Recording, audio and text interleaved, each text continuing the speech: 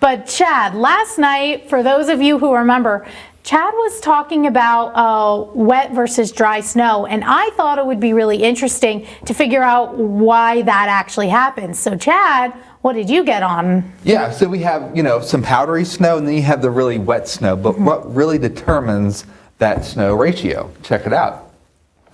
Well, folks, have you ever wondered why some snow is great for snowball making for the kids, while other snowstorms just don't stack up to the competition? The reason has to do with the wet versus dry snow ratio.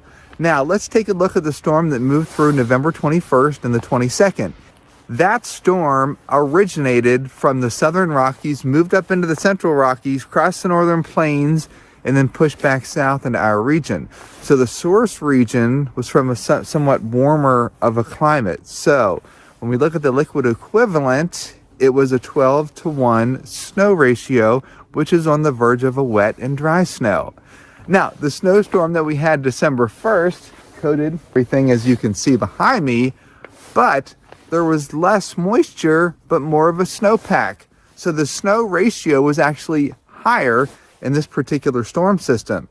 Now, when you have these different snow ratios, you can have different impacts.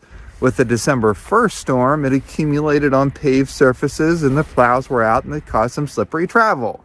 With the wet, heavy snow, you need a faster snowfall rate to overcome the melting at the surface to produce that slippery travel.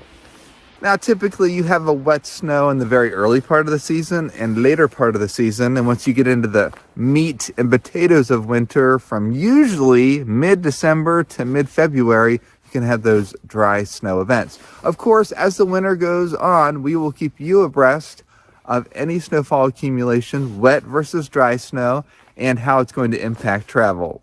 Chief Meteorologist Chad Merrill for Newswatch.